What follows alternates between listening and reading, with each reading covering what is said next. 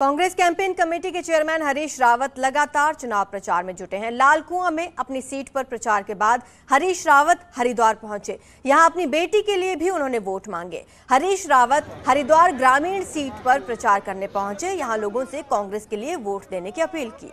हरिद्वार ग्रामीण सीट पर उनकी बेटी अनुपमा रावत चुनाव लड़ रही हैं।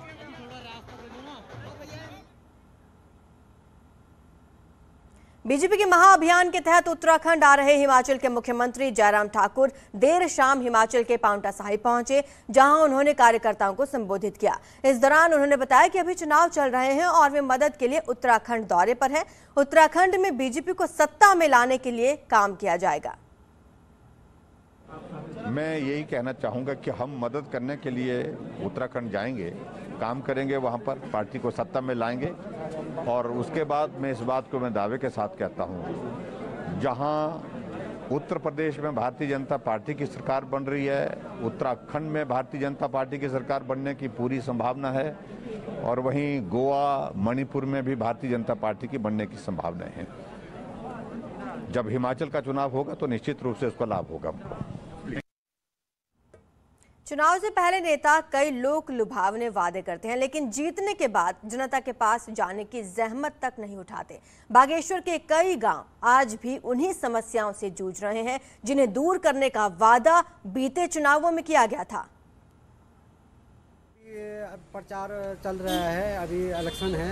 इलेक्शन के टाइम पे वादे करते हैं, लेकिन वो बनने के बाद फिर वादे भूल जाते हैं। हमारा हॉस्पिटल है, कोई अगर कोई लेडीज डिलीवरी वाली है उसके लिए कोई बाक्सर भेजो, बाक्सर वाले बोलते हैं अल्मोड़ा भेजो, हल्द्वानी भेजो।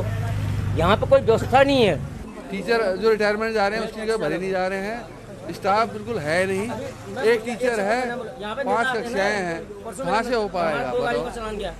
और कहीं पर भी चुनाव के वक्त तो कई लोक लुभावने वादे किए जाते हैं, लेकिन मैदान में उतरते ही उन वादों का क्या हश्र होता है, ये रिपोर्ट देखिए।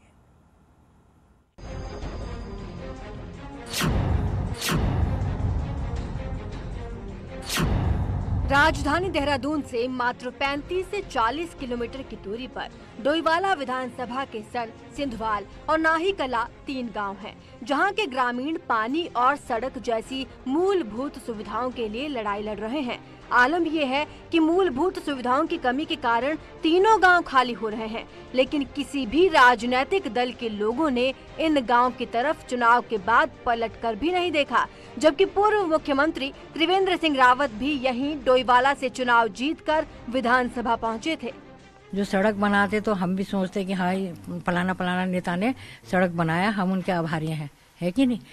जो नेता सड़क बनाएगा मैं तो ऐसे सोचती हूँ, सड़क नहीं तो वोट नहीं, वोट का बहिष्कार करो जब सड़क नहीं देंगे तो। दिक्कत यहाँ पर सबसे बड़ी जो दिक्कत है वो सड़क की है सर, पूरे इस क्षेत्र में। और पलायन की वजह से जो है काफी लोग नीचे जा चुके हैं, तो राजनीतिक दल भी जो है अपने वोट को ही देखते हैं कि जो है वोट कितना है यहाँ पर, तो उसी मकसद को लेकर के जो है पहाड़ों पर काम होता है।